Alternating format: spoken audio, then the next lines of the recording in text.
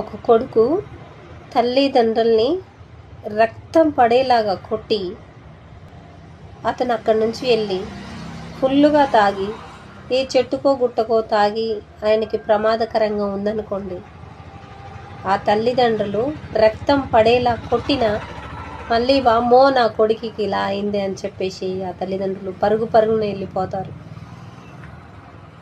అదే ఫ్రెండ్సో స్నేహితుడో పెళ్ళమో వాడు సావాలి, వాడికి జరగాల్సింది జరిగింది అని, వాడికి కావాల్సింది అలాగా అని అంటారే తప్ప వామ్మో వాడికి ప్రమాదంలో ఉంది, ప్రమాదం జరిగింది అని ఎవ్వరూ అనరు.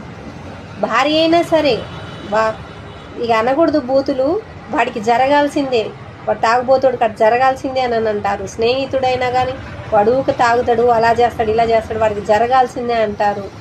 ఎవరైనా కానీ వాడికి జరగాల్సిందే అంటారు తప్ప వామ్మో వాడు ప్రమాదంలో ఉన్నాడు వాడిని కాపాడాలని ఒక్కళ్ళు అనరు.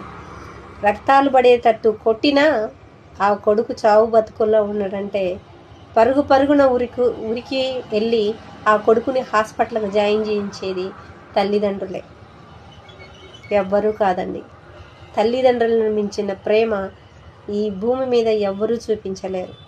ఇది నిజం. మీ తల్లిదండ్రుల్ని ప్రేమగా చూసుకోండి దయచేసి. God bless you.